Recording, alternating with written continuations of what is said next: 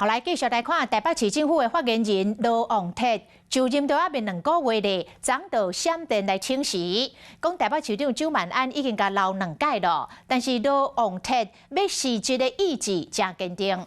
虽然伊讲是身体健康的因素才要来请辞，但是听讲上界主要的原因是被架空，就是暗中去互甲摆脱，失去着实权。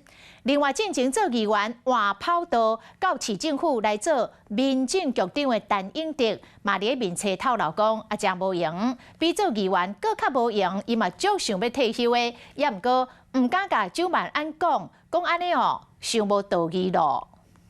发言人有被架空吗？早。面对记者伫问台北市长周万安的表情沉淡，因为伫台北市长的任内较无2个月，市政府就来头的风声。听讲台北市政府发言人罗旺泰因为安尼，伫昨已经辞职啦。很谢谢旺哲他在担任发言期间协助市府团队，那段期间他非常认真，也非常努力。但是身体有些状况，希望我的离开可以让市府团队更好的运作，这样子。罗旺泰安尼讲，看来因为健康因素辞职是一个借口尔。经过了解，上海访问团的行程证据，这是一个导火线。听讲伊不满处理市政府的事务，四界拢互人限制，甚至排除在外。重大的事项决策甲发言的管道，拢有过来市政顾问控制掉咧。被这样领袖会不会觉得替自己得心毛，会觉得很就是委屈？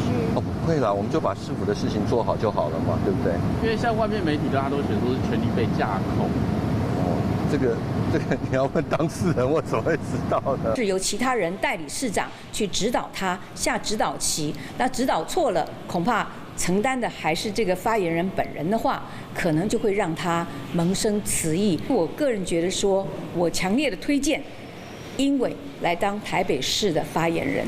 台北市政府发言人暂时由副秘书长王秋东来兼任，是讲即马毋那发言人辞职尔。民政局长陈永德嘛讲真想要退休，因为比议员还忙啊。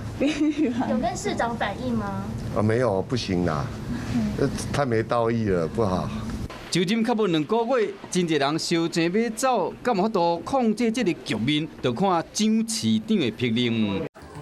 华视新闻看起来，赶快订阅我们的华视新闻 YouTube 频道，欢迎按赞、订阅、开启小铃铛，最新最及时的资讯要提供给你。